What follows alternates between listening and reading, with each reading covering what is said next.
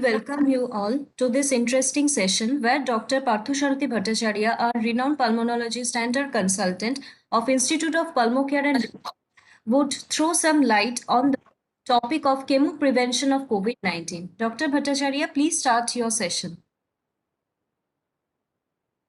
Thank you.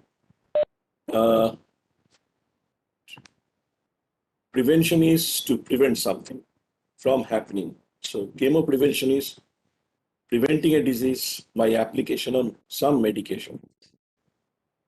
Chemoprevention of COVID is prevention of COVID by medicines. But if you apply a medicine, there are some factors like the medicine may be costly and there could be some side effects. So if you keep this in mind, you can try to prevent any damn thing, including COVID. The prevention can be primary, where you are actually preventing the very happening of COVID, very spread of COVID, very disease of COVID. And secondary, where the disease has set in, but you are preventing severity of the disease. Both are important to us since COVID is a new disease, the humanity was not exposed to the virus, and the whole global population is at risk.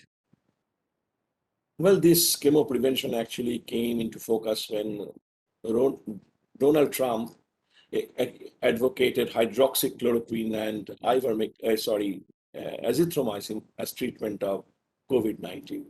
But actually his claim was not successful. But at the same time, a lot of interest was generated, and we see a lot of literature coming to our view. There was an international mandate by WHO, which is called Solidarity Trial, to see the impact of add-on drugs on COVID-19, and we know the results. There is a huge lot of repurposed drugs, which may have some good effect on COVID. Through artificial intelligence or use of artificial intelligence, scientists have toned down roughly 30 drugs from 100,000 members who can have use in COVID-19. And from that, I have chosen only a few, which I feel is important in our country, in countries with low socio-economic and financial status. Advantage of these drugs, I feel that we have got significant experience of using them, and we've got a very, very clear knowledge of their safety profile. This is very important because for any drug, most important is the safety of using it in mankind. So I have chosen 5 drugs: doxycycline, famotidine, ivermectin, montelukast, and N-acetylcysteine. Let me deal with them briefly, one by one. Doxycycline, though an antibiotic, it has got many usages where it is given for a long time. This report from Bangladesh actually made doxycycline into the limelight, and they showed that 100 COVID patients being treated with doxycycline and ivermectin had a early viral clearance and better symptomatic improvement. So there are a lot of literatures, and doxycycline has been integrated in many of the physicians' practice for COVID-19, although there is no direct, clear guideline about the use of doxycycline. There have been contradictory reports also. Famotidine is an antacid. It is an histamine receptor antagonist, and actually it's been given in peptic ulcer. The usual dose is 20 to 40 milligram. But this particular literature brought famotidine into interest. Here, people compared patients hospitalized with coronavirus receiving famotidine therapy with those not receiving famotidine. And they found that those who received famotidine for some reason or other had a less mortality, and they had lower markers, serum markers for severe disease. So there was rejuvenated interest in famotidine. A lot of things are happening, and I'll just focus on this literature, which shows that the usual or proclaimed viricidal dose, 80 milligram thrice daily, is well tolerated.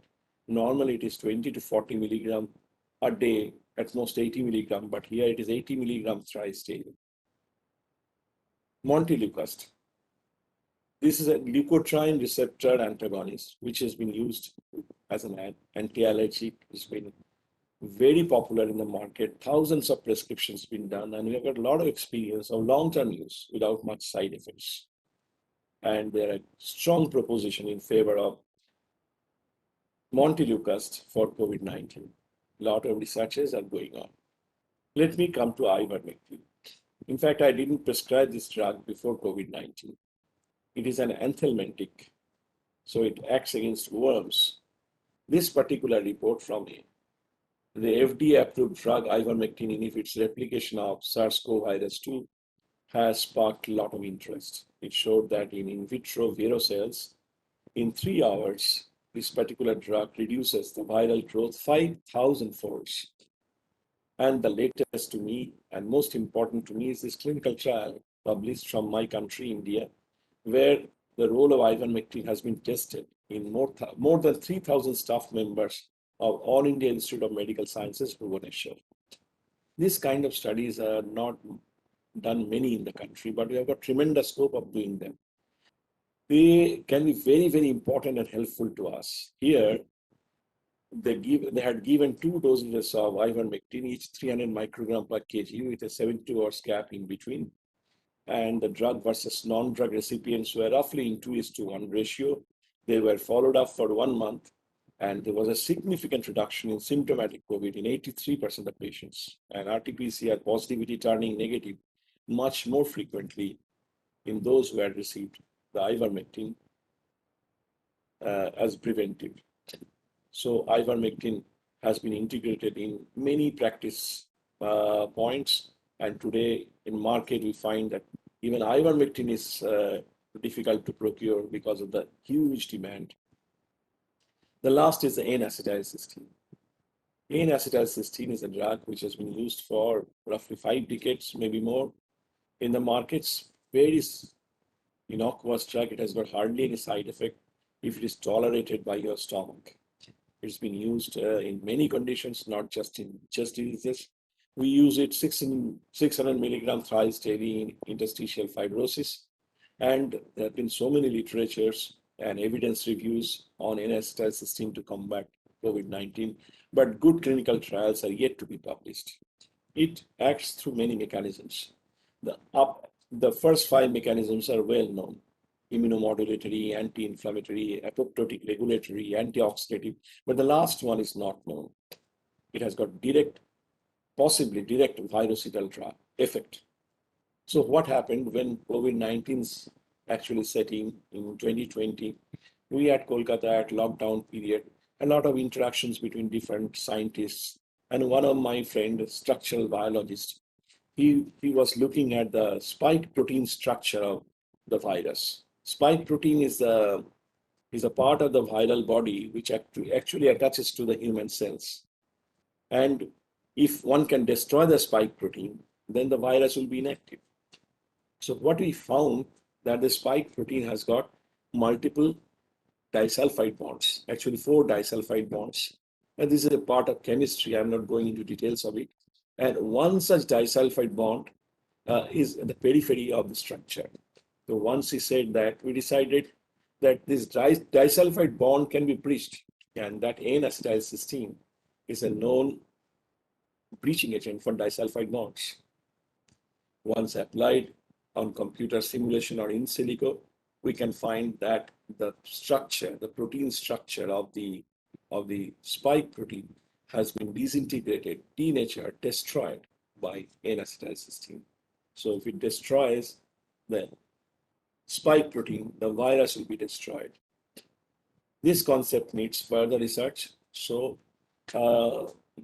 we grouped together, and some research has been done. Some molecular dynamic research has supported the idea. Some proteomic research has supported the idea, and still lot of things are yet to be done. Well, with this, I will say, what is the beauty of these drugs, the list which are taken from repurpose agents? Here, the evidence is not strong enough for recommendation, but the safety data is robust. The effort to make evidence is clearly inadequate, but it is possible. So we must have much more attention to them. So what we did in mid last year, we got together some clinicians, paramedical specialists, and basic scientists, and came out with a review, a consensus review of recommendation for chemoprevention in COVID contexts. But unfortunately, we couldn't publish it. It moved from one of the highest journal to another journal to another journal. Still, it is awaiting editor's decision in one journal. This delay is painful to us, but we are helpless. But now, once the second search has set in, we decided that we will not go for publication in peer-reviewed journals. We have posted our concept as a statement on COVID-19 prevention at our website. So we can log on to www.pulmocareindia.org and can see what we have suggested. We have essentially divided the patients, the COVID contacts, or the target population into three categories: asymptomatic subjects with history of doubtful or definite contact. These are category 1 and 2, and mild symptomatic patients of COVID-19 pending confirmations. Not just that, once after the first COVID wave, we opened our institute, we faced with a lot of patients, hundreds of patients who had post-COVID problems. We asked them, did they take any medicine to prevent COVID? Yes, many of them had taken some or other medicines. We just shorted the medicines and we made a system of making the symptom score of COVID. And here you can see these blocks. This is a bulk of the symptoms. And these are the drugs being given. Unfortunately, Ivermectin is not listed here because the number of patients receiving Ivermectin was too small, less than 6. We didn't include in the statistical calculation. But here we can see clearly that N-acetylcysteine has the smallest box. So the symptom load with N-acetylcysteine is minimum. So is N-acetylcysteine with doxycycline.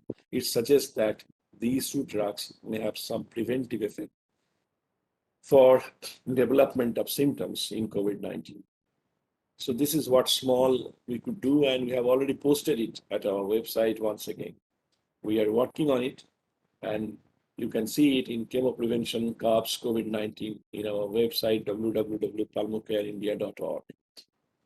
So with this, I like to end. If there is any question, you can ask me at ipcr_india@yahoo.com or through www.pulmocareindia.org.